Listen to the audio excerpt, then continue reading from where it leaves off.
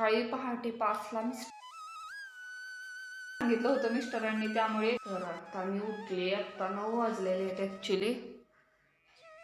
आत्ता उठले तर गोळ्या खाऊन झोपलेच होते रात्रभर, ते तब्येत ठीक नसल्यामुळे. पण सकाळी पहाटे 5ला मिस्टर उठलेले, त्यांच्याबरोबर मी 5:30-6ला उठले होते आणि त्यांना मी चहा करून दिला. चहा बिस्किट त्यांनी खाल्लेली आहेत आणि चहा बिस्किटच खाऊन त्यांनी गेल्यात 6-6:15ला. परत आले 7-7:30ला. त्यामुळे सारखं झोपमोड होत होती, त्यामुळे झोपलेच होते, उठलेच नाही.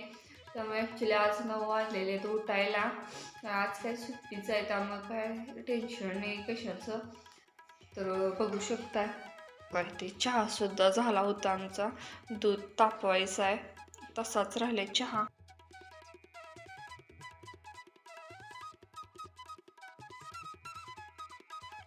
आता मी आंघोळ करून आलेली आहे आणि 9:30 वाजलेत. आता मी चहा घेणार. मिस्टरांच्या बरोबर सकाळी 6 वाजता घेतला होता, आत्ता वाजले ते ॲक्च्युली 9:30. तोच मी चहा घेत होते आणि चहा झाले की लगेच मी आपलं पोहेसुद्धा फोडणीला लगेच घालून घेणार. तर आत्ता वाजलेले आहेत ॲक्च्युली 8. तर आज वोटिंग होतं, बघू शकता. वोट करून आलेली आहे आणि गेले होते 11 वाजता. लवकरच यायला सांगितलं होतं मिस्टरांनी, त्यामुळे कारण त्यांना आज तर ड्युटी होती. पुलिंगच्या इथं आतमध्ये असतात तसं ऑफिसर म्हणून, आणि मी होते बाहेर. त्यांचा मोबाईल होता माझ्याकडे, त्यामुळे मी बाहेरच घेऊन बसले होते. जर अचानक इमर्जन्सीचे जर कॉल आले तर त्यांना देण्यासाठी. त्यामुळे बरोबर मी 5:30ला सगळं जेव्हा बूथचं काम झालं आणि कुलूप लावून सगळे पेट्या गेल्यानंतरच मी पण घरी आले. आणि आल्यानंतर काय सकाळी पण स्वयंपाक केला नव्हता, मुलांनी फक्त मॅगी करून खाल्ली आणि सकाळी पोहे केले होते, ते तुम्हाला मी दाखवलेच आहे. आणि आल्यानंतर थोडं लोटलं. आज काय धुणं फरशी वगैरे काही केलं नाही, फक्त भांडी घासली होती सकाळी. धुणं फरशी थोडी आजची आता उद्याच करणार. आणि आत्ता मी वांग्याची भाजी, वरण, भात, चपाती असं केलेलं आहे. वाढू नको, आवाज करू नको श्री. वांग आवाज करू नको, मी डायरेक्ट घेणार आहे. वांग्याची ग्रेव्ही देतोय. चपाती पण केल्या आता, गरम गरम केल्या, खा गरम गरम. सकाळपासून बिचारी माझी बाळ उपाशी आहेत. पाप वाटत मला. मी काय करणार, तिथं मीच अडकून होतो आणि मग काय करते सांग. वरण देतो तुला ते, तो आवाज करू नको, डायरेक्ट घेतो रे. ग्रेव्ही ह्या प्लेटीत देतो. 2 मिनिटं.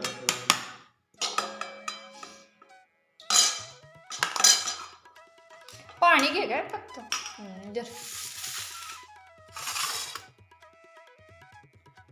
आता मला फार थंडी वाजत होती. स्वयंपाक तर तसाच गडबडीनं बिना स्वेटरचा केला, कारण स्वयंपाक कट्ट्यापाशी थोडीशी गरमी असते. त्यामुळे ते जेवायला बसणार म्हणलं पहिला स्वेटर घालून मगच बसूया.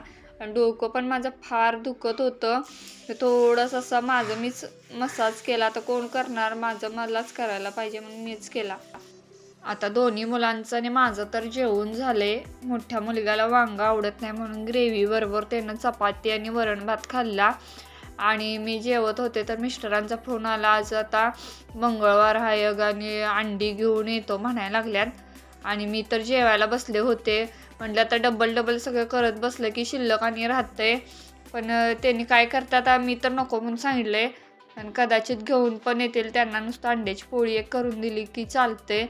मंगळवार बुधवार तर आमच्यात असतंच. गुरुवारी शक्यतो नसतं, शुक्रवारी असते आणि शनिवार रविवारी नसतं, कारण शनिवारी असतो मिस्टरांचा नेहमीचा उपवास आणि गुरुवार पण नेहमीचा आहे. आणि सोमवारी आमच्या देवी घरी असल्यामुळे सोमवारचं पण आम्ही आणत नाही. शक्यतो मंगळवार बुधवार आणि रविवारीच असतो. शुक्रवार कधी तर असतो, असं नेहमी काय नसतं. आणि चला मग माझं आता सगळं कट्टा वगैरे क्लिनिंग झालेला आहे. खालची तेवढी फरशी पुसायची तेवढी राहिल्या. आणि अशा पद्धतीने आजचा स्वयंपाक झालेला होता. आणि दुपारी तिकडे असल्यामुळे दुपारच्या गोळ्या माझ्या चुकल्यामुळं म्हणजे दोन्ही नाक असे गच्च गच्च वाटायला लागले, डोकं पण जाम झाले, कारण वारं पण दुपारचं फार होतं आणि कसलं ते चक्रीवादळ एक आलंय, त्यामुळे सगळ्यांच्या तब्येती बिघडाल्यात, घशात पण फार दुखायला लागलेलं आहे. आय होप आजचा व्लॉग तुम्ही फार एन्जॉय केला असाल, आणि एन्जॉय केला असाल तर नक्की एक लाईक, आणि नवीन असाल तर सबस्क्राईब करा विसरू नका. भेटूया अशाच एका छानशा व्लॉगमध्ये. तोपर्यंत बाय.